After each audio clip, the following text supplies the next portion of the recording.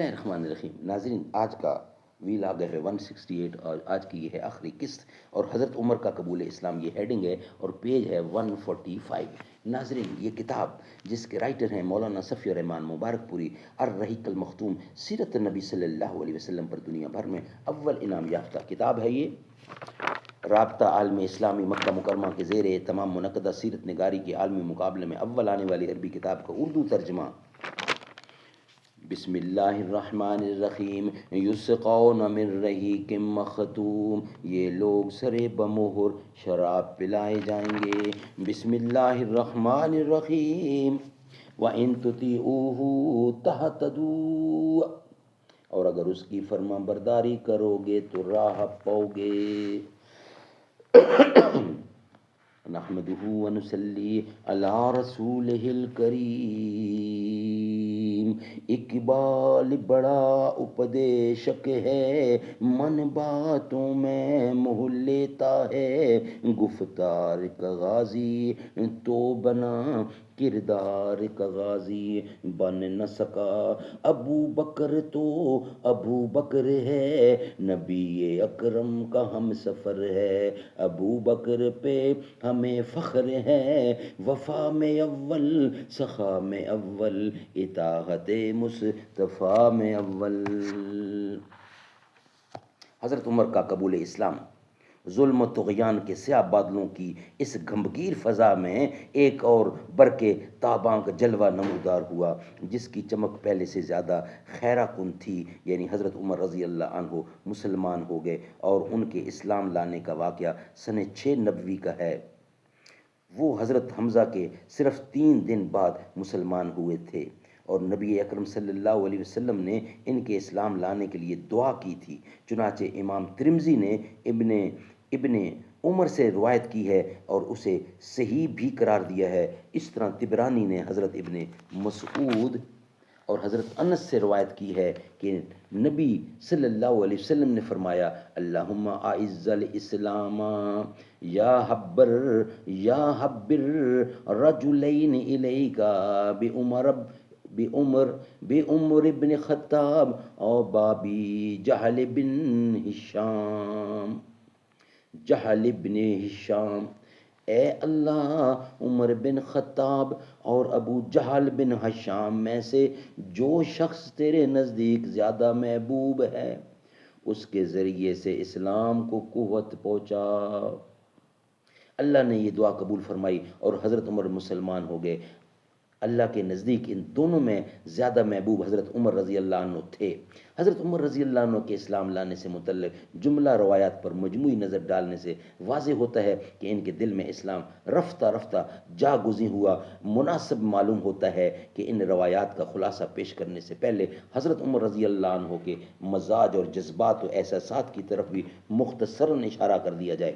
حضرت عمر رضی اللہ عنہ اپنی تند مزاجی اور سخت خوئی کے لیے مشہور تھے. مسلمانوں نے طویل عرصے تک ان کے ہاتھوں میں طرح طرح کی سختیاں جھیلی تھیں. ایسا معلوم ہوتا ہے کہ ان میں متضاد قسم کے جذبات باہم دست و گریباں تھے. چنانچہ ایک طرف تو وہ آباء و اجداد کی ایجاد کردہ رسموں کا بڑا احترام کرتے تھے اور بلا نوشی اور لہو و لہب کے دل دادا تھے، لیکن دوسری طرف وہ ایمان و عقیدہ کی راہ میں مسلمانوں کی پختگی اور مصائب کے سلسلے میں ان کی قوت برداشت کی خوشگوار حیرت و پسندیدگی کی نگاہ سے دیکھتے تھے. پھر ان کے اندر کسی بھی عقل مند آدمی کی طرح شکوک و شبہات کا ایک سلسلہ تھا جو رہ کر ابھرا کرتا تھا کہ اسلام جس بات کی دعوت دے رہا تھا غالباً وہی زیادہ برتر اور پاکیزہ ہے. اس لیے ان کی کیفیت دم میں ماشا دم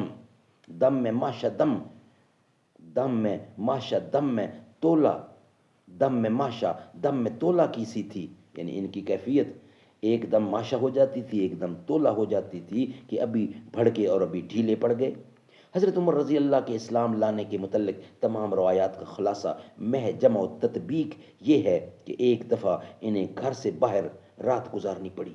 وہ حرم تشریف لائے اور خانہ کعبہ کے پردے میں گھس گئے. اسی وقت نبی اکرم صلی اللہ علیہ وسلم نماز پڑھ رہے تھے اور سورہ الحاقہ کی تلاوت فرما رہے تھے.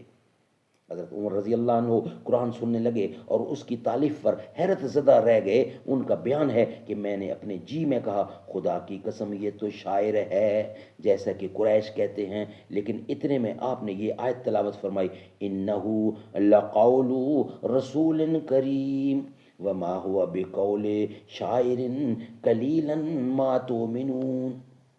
سورت 29 کی 41 اور 40 آیت ہے یہ ایک بزرگ رسول کا قول ہے، یہ کسی شاعر کا قول نہیں ہے، تم لوگ کم ہی ایمان لائے ہو.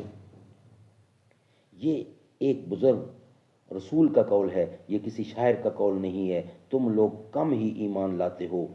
حضرت عمر رضی اللہ عنہ کہتے ہیں میں نے اپنے جیب میں کہا اوہو یہ تو کہان ہے. لیکن اتنے میں آپ نے یہ آیت تلاوت فرمائی ولا بقول کاہن ولا بقول کاہن قلیلا ما تذکرون تنزیل من رب العالمین.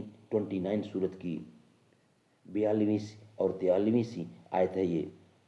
ولا بقول کاہن قلیلا ما تذکرون تنزیل من رب العالمین. یہ کسی کہان کا قول بھی نہیں ہے، تم لوگ کم ہی نصیحت قبول کرتے ہو، یہ اللہ رب العالمین کی طرف سے نازل کیا گیا ہے.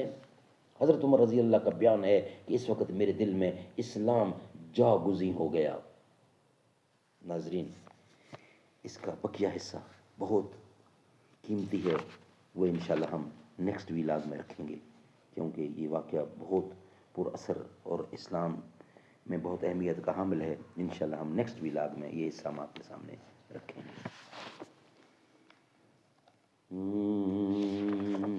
دختر مصطفیٰ سید فاطمہ اوج صدق و صفا سید فاطمہ، کوئی تمثیل جن کی حیا کی نہیں، ہے وہ جان حیا سید فاطمہ.